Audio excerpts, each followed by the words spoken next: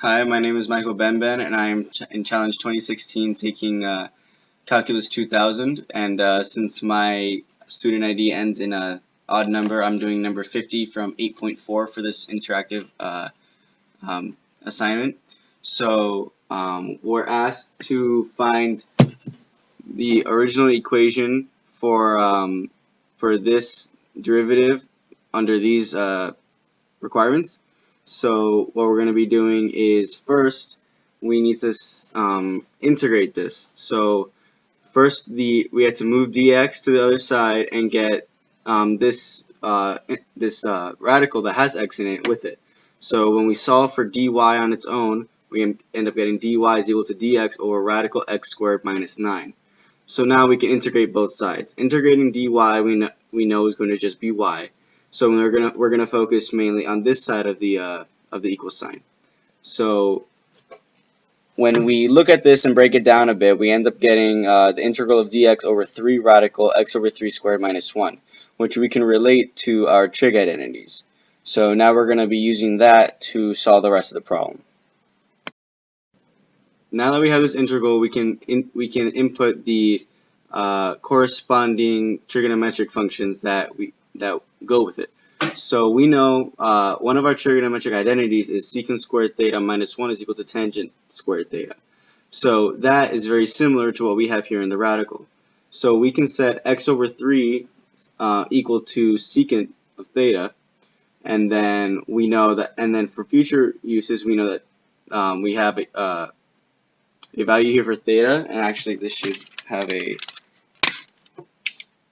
parentheses, and then for x we have 3 is equal to secant theta, and then we had to derive that to replace the d of x in the integral.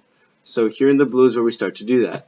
Dx is replaced by 3 secant theta tangent theta times d theta, which is what we have down here, and the radical is replaced by secant theta, so we're able to put that there.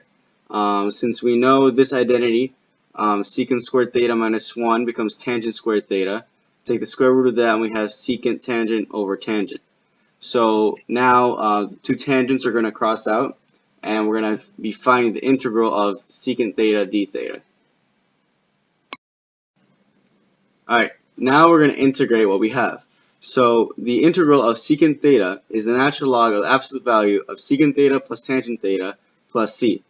And now we need to be able to convert this back into using x and y values, because that is what we're given in order to find the original equation that we're looking for.